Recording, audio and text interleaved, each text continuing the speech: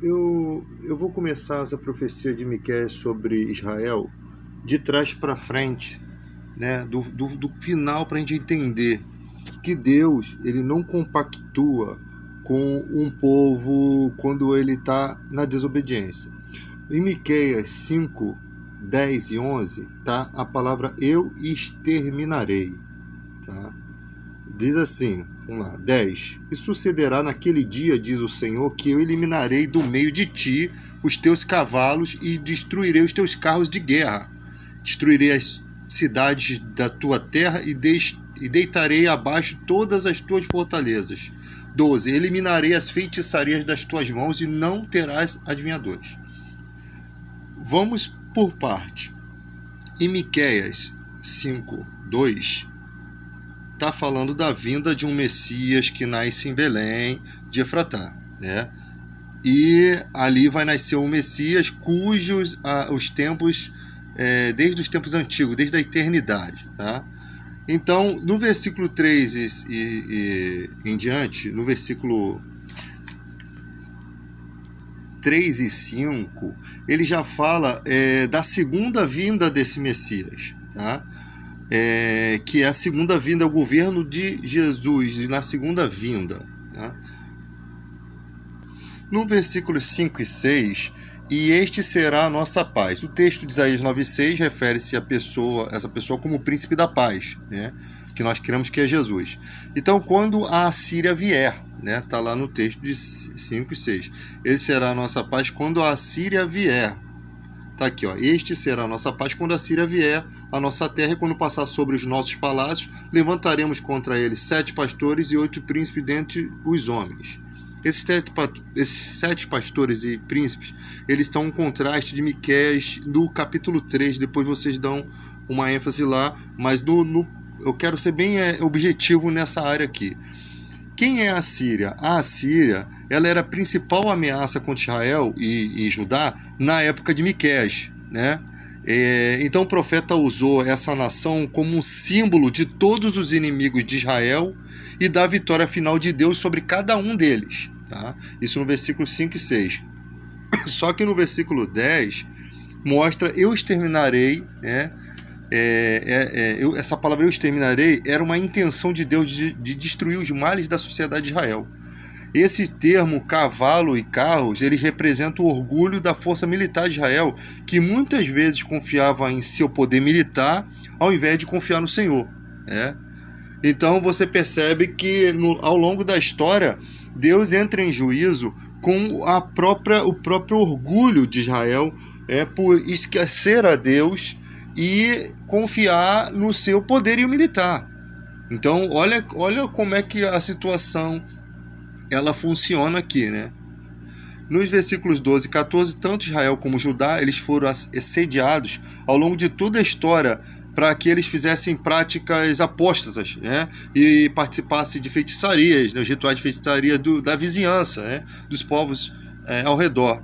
E todos os tipos de idolatrias que existiam, né? Então a promessa de Deus nesses versículos 12 e 14, agora falando, é erradicar no meio desse povo qualquer vestígio de práticas perversas e rebeliões.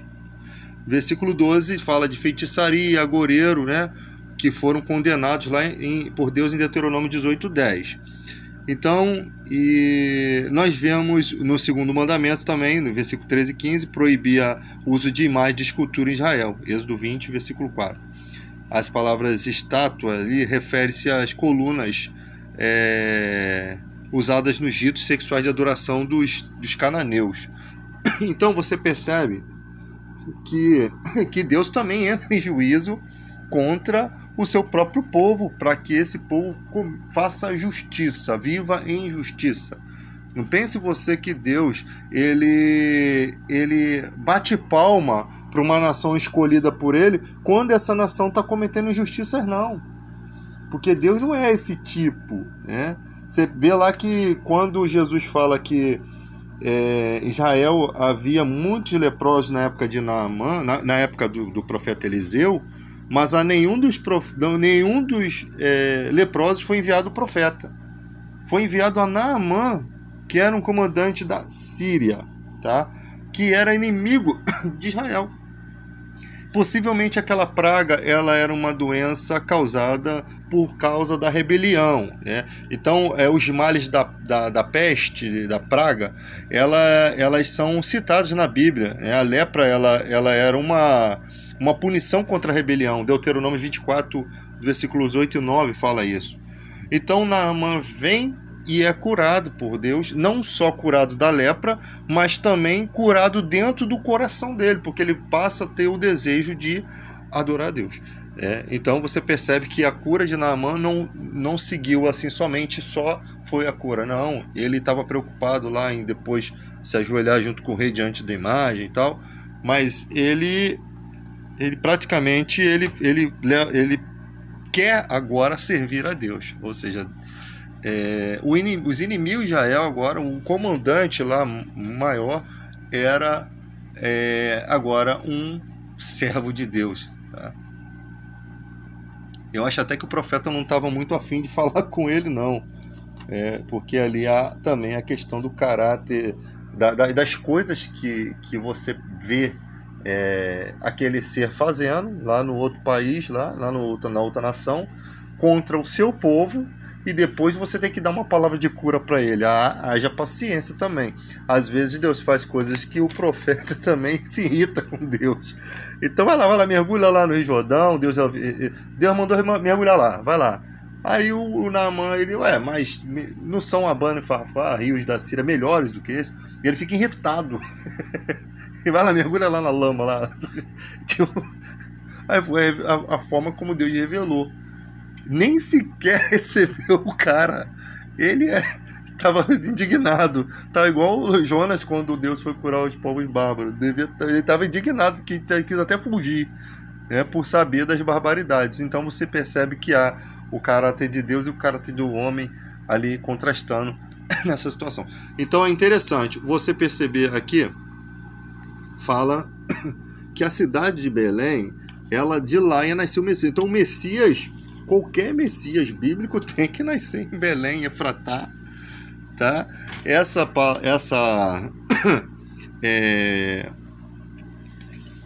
Porque diz assim que esse Messias, as suas origens ou saídas são desde os tempos antigos, desde a eternidade.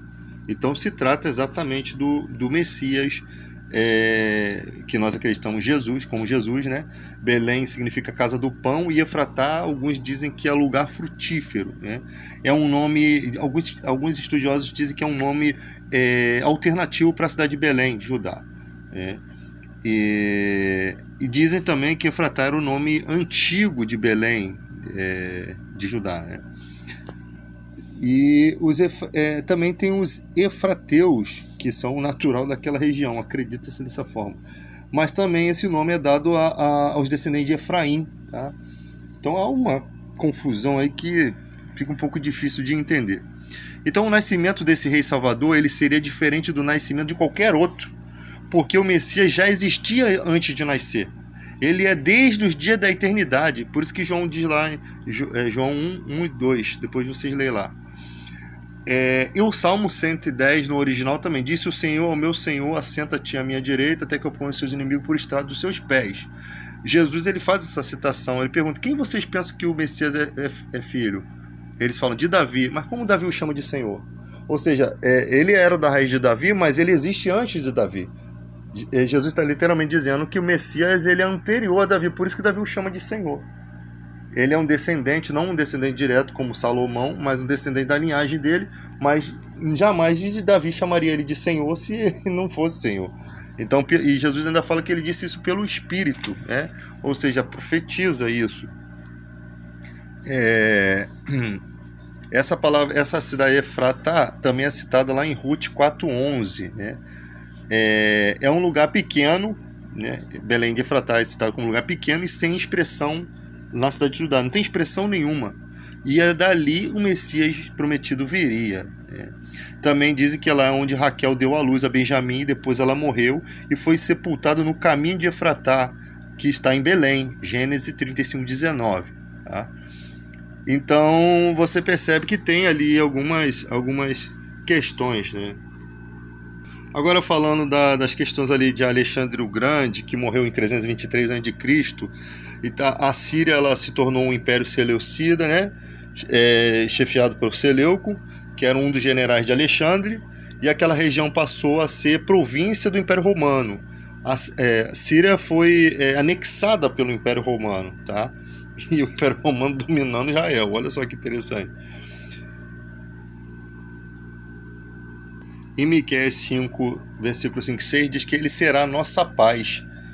O Isaías 9,6 fala também sobre essa referência, como ele sendo o príncipe da paz. Miqueias 5,5, este será a nossa paz.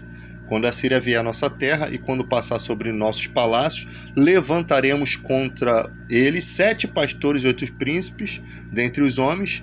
Versículo 6, estes consumirão a terra da Síria a espada, e a terra de Nimrod dentro de suas próprias portas. Assim nos livrará da Síria quando este vier à nossa terra e pisar os nossos limites. Tá?